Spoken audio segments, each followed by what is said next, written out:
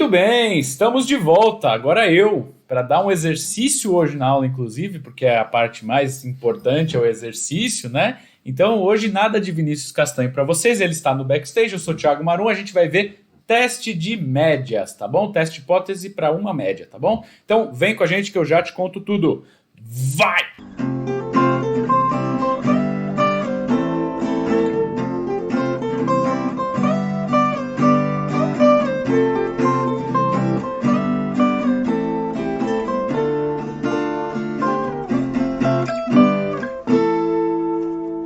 Sejam muito bem-vindos, vocês estão no canal Educacional THM, diretamente do estúdio da banda. Antes de começar eu vou fazer um teste. Você já curtiu, pelo amor de Deus, curte o vídeo, não deixa de se inscrever, não deixa de comentar com seus amigos e compartilhar para todo mundo sair desse vídeo com esse assunto totalmente esclarecido, tá bom? O teste de hipótese costuma dar um grande bolo na cabeça aí, quando eu rejeito, quando que eu não rejeito, não sei o que, e a gente, tá te explicando, já tem 2 aulas que a gente tá te explicando isso com calma, volta lá, se tá com dúvida, volta, vê, deixa nos comentários as dúvidas, a gente tá aqui para te ajudar, tá bom?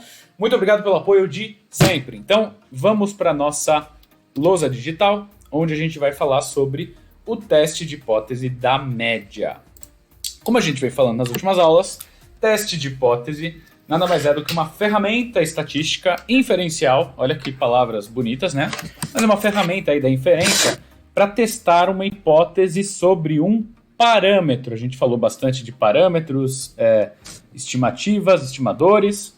E aí, o teste da média vai testar alguma hipótese sobre a média populacional, que é o nosso, simbolizado pela notação μ, né? Então, por exemplo, nossa hipótese nula ali, teste de hipótese, como a gente falou na aula retrasada e viu na passada também, o teste é caracterizado por 2 hipóteses, uma aceita atualmente e uma que você deseja provar, que seria H0 e H1. E para a nossa hipótese H0, a gente tem lá uma verdade aceita que, por exemplo, a média, o valor do parâmetro média populacional é aceito com um certo μ0. E aí a nossa hipótese alternativa pode ser que seja para comprovar, né, para testar que o valor do parâmetro é maior do que esse μ0, pode ser menor do que esse μ0, ou pode ser só simplesmente diferente do μ0, tá? Eu vou deixar aqui mais uma vez o exemplo do maior, mas a gente vai evoluindo isso nos próximos exercícios, nas próximas aulas, assim, tanto vai fazer aqui o cenário que você tiver alternativo, conhecendo a lógica e entendendo o desenho, você vai conseguir sair do problema sem muito problema. A gente está fazendo maior agora só para manter uma certa mesma notação nas primeiras vezes que a gente fizer o teste. Depois isso daí vai ficar totalmente solto, né? Se a gente deixar maior, se deixar menor, se deixar diferente, você vai saber resolver de todo jeito. E, digo mais, às vezes, o seu enunciado, dependendo do que você está usando, se você estiver num curso de estatística, por exemplo, o seu próprio curso, no enunciado, não vai te dizer qual é a hipótese alternativa. Vai ter um texto falando sobre qual que é o problema e você que vai ter que descobrir se é maior, se é menor, se é diferente, por aí vai. E se você tiver num problema prático, aí sim que você não tem a menor ideia. Você que tem que saber o que você quer testar como hipótese alternativa. Então, por enquanto, vamos imaginar que a gente tem um cenário que a gente tem uma certa média adotada atualmente, aceita, histórica, e você tem uma suspeita que a média hoje, na verdade, já seja maior do que aquele μ0 lá que você viu. E para isso você conduziu esse teste aí, e aí vai tirar uma amostra, né, extrair uma amostra de uma população, e a estatística que a gente vai usar no teste é o nosso estimador x-barra, que tem distribuição normal, como a gente já discutiu bastante. Se você tem dúvida nisso, volta na aula de estimadores, tá? E de distribuições amostrais. Então, ele tem distribuição normal com um valor esperado, que é o próprio parâmetro que ele deseja estimar, o μ. Beleza, para conduzir o teste, eu preciso de um valor de barreira, né? Um x-barra, nesse caso, crítico. Igual a gente viu um p-chapéu crítico das outras vezes. E aqui tem aquela ideia, né? Que esse valor crítico ele seria um valor tal que eu controlo o erro, né? Se eu tiver um valor que extravasa a minha barreira, que passa dela, a chance de eu ter sorteado uma amostra que extravasou a barreira e ela ainda pertencer à população que eu fiz em laranja aqui, ele vai ser muito pequeno, vai ter α% de chance de eu estar errado quando eu tiver uma amostra que cai além da barreira. E aqui nesse exemplo, percebam que eu estou desenhando uma barreira à direita do Mi, porque eu estou testando a hipótese de que o valor do parâmetro é maior do que o tal do Mi0. Mas, vamos colocar aqui, ó, Mi0, que eu aceito atualmente, agora sim. Mas, se eu tivesse numa hipótese de Mi menor que Mi0, por exemplo, aí minha barreira estaria aqui do lado esquerdo, e aí o alfa estaria aqui. E se por acaso eu estivesse testando, vamos colocar uma outra cor aqui, roxo, que o meu Mi, na verdade, só é diferente do Mi0, mas eu não sei se é maior ou menor, é só diferente, eu teria que ter um valor crítico para cima, um valor crítico para baixo, e aqui eu teria alfa sobre 2 num cantinho e alfa sobre 2 em outro cantinho. O que isso vai mudar? Bom, vai mudar a estatística do teste, que a gente vai deduzir de novo para o caso em azul, que é o que a gente está vendo agora, mas que vai ficar muito direto de entender ou de desenvolver eventualmente se você tiver em outro cenário. Beleza, vou deixar aqui em azul. Como que funciona isso? Você vai ter uma distribuição que é normal, então para descobrir um x barra crítico eu posso usar a ideia da normalização. Então, uma variável normal padrão Z alfa seria escrita, né, pelo x barra crítico. Vou deixar ele em azul. Nada melhor do que uma notação coerente. Tá meio azul, meio preto? Bem coerente, né? Meio doidinho. Pronto. E eu vou ter que subtrair isso pelo valor esperado de x barra, que acaba sendo o Mi, que na verdade, nesse caso, é o Mi0, porque a gente adotou ele como uma verdade aceita atualmente, certo? E eu vou ter que dividir isso pela variância do meu estimador. Só que a variância do meu estimador calha de ser sigma dividido por raiz de n. É daqui que sai. Né? Oh, perdão. Muito bem. Eu fiz para testar vocês. A raiz da variância do meu estimador. Foi o que eu quis. Foi o que eu quis dizer, na verdade. Então eu vou colocar aqui, ó. Desvio sobre raiz de n.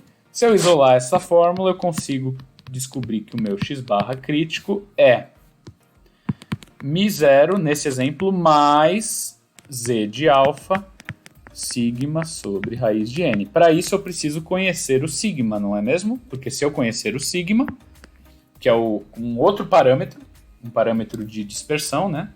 Conhecendo o sigma, eu consigo encontrar esse valor.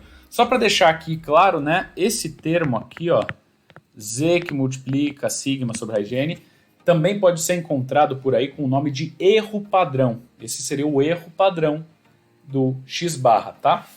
E aí, nesse exemplo que eu estou fazendo aqui, esse seria o valor de barreira. Se a gente tivesse no cenário de Mi menor que Mi0, a gente teria algo muito parecido com isso. Vocês podem deduzir. O Vini fez na aula passada um exemplo que era valor menor, né?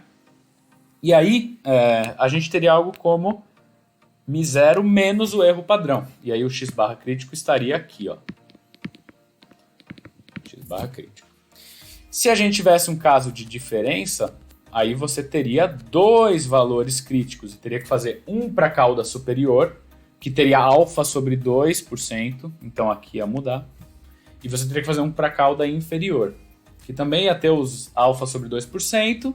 Mas, no fundo, o que eu quero dizer você teria que calcular dois valores de barreira e a dedução sai na hora do jeito que a gente está fazendo aqui. Qual o estimador, qual a distribuição dele, como que eu normalizo ou padronizo, né, nesse caso, e aí chega na formulação. Se você for um cara mais de fórmulas, eu te indico a fazer um formulário com alguns casos para você ir entendendo como que fica cada vez, né? Mas não é uma questão de decorar a fórmula, pelo contrário, é sempre enxergar nesse formulário, por ter uma fórmula pronta, como você aplica, mas sabendo de onde veio, senão não faz sentido nenhum. Se o exercício te der uma coisinha diferente do clássico, né, do usual, você vai errar porque você só decorou uma fórmula. Então aqui a gente está fazendo questão de desenvolver a fórmula ao máximo que dá, sem ser muito matemático, assim, sem perder muito a visão de como utilizar essa ferramenta. Tá legal? Certo. Muito bem, eu tenho esse x barra crítico, Última coisa que eu posso comentar aqui.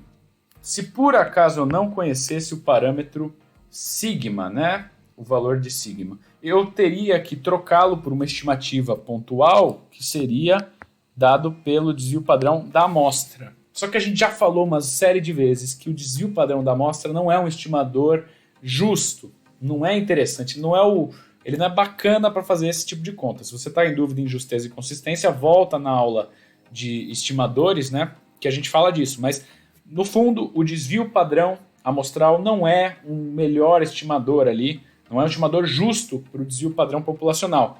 E aí, quando eu faço essa troca do sigma em preto para o S em roxinho, eu vou alterar a minha distribuição, que vai se tornar de uma Z normal padrão com alfa, vai se tornar uma T student com alfa e N menos 1 graus de liberdade.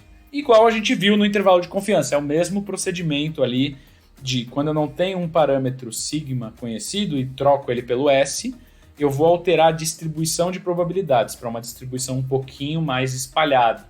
Então, nesse caso, se eu troco, né, uma Z por uma T, eu espero que o meu valor de barreira, nesse exemplo aqui, que é um valor à direita, ele fique ainda mais à direita. Eu vou ter uma barreira que, para poder rejeitar um teste de hipótese, ele tem que ter um valor ainda maior. Eu tenho, se antes eu tinha lá a média de altura e era 1,70 o valor da barreira, se eu não conheço o desvio populacional e troco, eu espero que para uma T estudante isso seja maior. Eu vou ter que ter 1,75, 1,80, eu vou ter que ter mais extremado o resultado da minha amostra para poder rejeitar o teste. Tudo bem? Certo. Muito bem. Feita essa consideração e falando daquela ideia de ter as fórmulas, às vezes, para uma conferência, vamos a um exercício, porque afinal é a parte mais difícil, o Vinícius que cuida disso e blá blá blá blá blá blá. Então hoje eu vou resolver um exercício com vocês, tudo bem? Minha vez de sentar aí, então? Você quer vir para cá? Não. Te dou essa chance. Só colher de chá. Obrigado. Muito obrigado. Eu tô enferrujado, o pessoal já não faz exercício comigo há um tempo, então eu vou treinar. Falando em treinamento, na ausência de um treinamento, os scores de um exame... Scores é muito bom, né? O exercício é meio antigo. Os resultados de um exame de admissão em um MBA variam normalmente com média 475 e desvio padrão 100. Tá, eu gosto de ler e já ir anotando o que o exercício está me falando. Então, tem lá um exame de admissão, um MBA lá da vida, e quando a gente não treina e vai fazer o MBA, os resultados variam com uma média de 475 e desvio padrão de 100. Só que eles variam normalmente. Então, se X for a minha variável aleatória, que é o resultado do exame de admissão, os scores variam com uma média 475 e esse desvio padrão. Beleza. Então, beleza. Essa é a média dos resultados atualmente aceita, porque é o que a gente conhece. Isso aqui seria o nosso μ0. Suponhamos que o treinamento possa melhorar a média, mas não altere o desvio padrão. Essa parte é importante. Se alterar o desvio, altera a distribuição, altera um monte de coisa. Tudo bem. Uma equipe treina 100 estudantes. Quando eu leio isso, né? Uma equipe tem vários estudantes, tem infinitos, e a gente tem ali uma equipe com 100. Então, a gente está falando que tem uma amostra de 100 elementos. Suas notas acusam 478. X barra amostral é 478. Tá. Então, ó, a média normal, normal é bom nessa palavra. A média mais comum que a gente já aceitou aí é 475. Aí os caras fizeram um treinamento e obtiveram 478 de média numa amostra, né? Uma amostra ali pós-treinamento. Eu posso ter várias amostras pós-treinamento, mas eu tenho essa com 100 estudantes, deu 478. A pergunta que vem é, para um nível de 5% de significância, ou seja, o nível do teste, né? Quando eu rejeito o teste, então alfa de 5%, considerando esse nível de significância, é possível afirmar que as notas aumentaram? Ou seja, é possível afirmar que o teste, que o treinamento tem uma efetividade nas notas médias das pessoas? Então, vamos montar um resultado de um teste de hipótese, de um exercício de teste de hipótese. Como que a gente faz isso? Ó, Vou fazer agora com toda a calma do mundo e espero que vocês sigam o raciocínio, porque é assim que a gente tem que montar a teste de hipótese. A gente define as hipóteses. Então, hipótese original, a média era 475. Hipótese alternativa, após o treinamento, a gente espera uma média maior. É isso que a gente está querendo testar. Senão, a gente não faria um treinamento para melhorar a média. A gente só falaria, olha, passou alguma coisa e a média se alterou. Não é isso que o enunciado está dizendo. O enunciado está dizendo que a média, que a gente faz um treinamento para melhorar as notas. Então, eu quero testar se há uma melhora na nota e, portanto, eu quero saber se a média aumentou com o tempo. Beleza, definimos a hipótese alternativa. Vamos pegar o x-barra crítico, que eu tinha falado com a fórmula para vocês. E aí, como é que ficava isso? Ficava o μ0, que era 475, igual a gente falou, mais o erro padrão, que era z de alfa. Eu vou até fazer de novo a própria imagem, porque eu gosto muito de resolver com ela aqui, ó, pra gente ter noção. Então, vou deixar aqui, ó, x-barra, tá cabendo? Ainda não. Aqui, ó, pronto. X-barra, aqui é 475. Beleza, vamos calcular o crítico. O crítico vai ser um valor que cai aqui e que tenha alfa% de significância. Então, z de alfa que multiplica sigma. Quem que era sigma? 100. Dividido por raiz de n, que é raiz de 100 também. Beleza. Esse z de alfa o Vini já fez exaustivamente como encontra numa tabela. Você pode encontrá-lo no Excel, você pode encontrá-lo numa linguagem de programação, num R, num Python, num programa qualquer. E aqui, em qualquer caso, quando você descobrir o z de 5%, ele tem que dar 1,64, ou 1,645, ou 1,65, dependendo da sua referência aí. Mas, em todo caso, o resultado de barreira, x-barra crítico, não vai ultrapassar 491,4, ou vai ficar muito próximo ali, muito arredondado próximo a isso. Então, quer dizer que 491,4 é minha barreira. Se uma amostra tem um resultado médio maior do que 491, você tem um resultado para cá, maior que 491, eu vou afirmar que esse treinamento funciona. Eu vou falar, olha, o treinamento aumentou a média, né, dos scores, a média dos resultados de admissão, e não só isso, ele aumentou e a chance de eu estar errado ao afirmar que o treinamento funciona e aumenta a nota é 5%, alfa% de significância. Acontece que a minha amostra, como a gente viu, deu 478. Ela está por aqui. Ela não foi tão elevada assim para eu poder rejeitar o teste de hipótese. Então, eu vou dizer que o treinamento não funciona? Não. Eu vou dizer que eu não consigo provar que ele funciona. Então, muita calma. Vamos voltar um pouquinho aqui rapidinho. Você fez um teste para provar que um treinamento era efetivo. Você não rejeitou o teste. E aí, quer dizer que o treinamento não é efetivo? Não. É inconclusivo. Você não tem evidência estatística para dizer que o treino funciona. Pode funcionar? Pode. Mas você não sabe disso. Então, deixa eu voltar lá, piscando para mostrar para vocês. Então, uma vez que o meu valor amostral não ultrapassou a barreira, eu não posso rejeitar o teste. Então, frase padrão, não rejeito H0.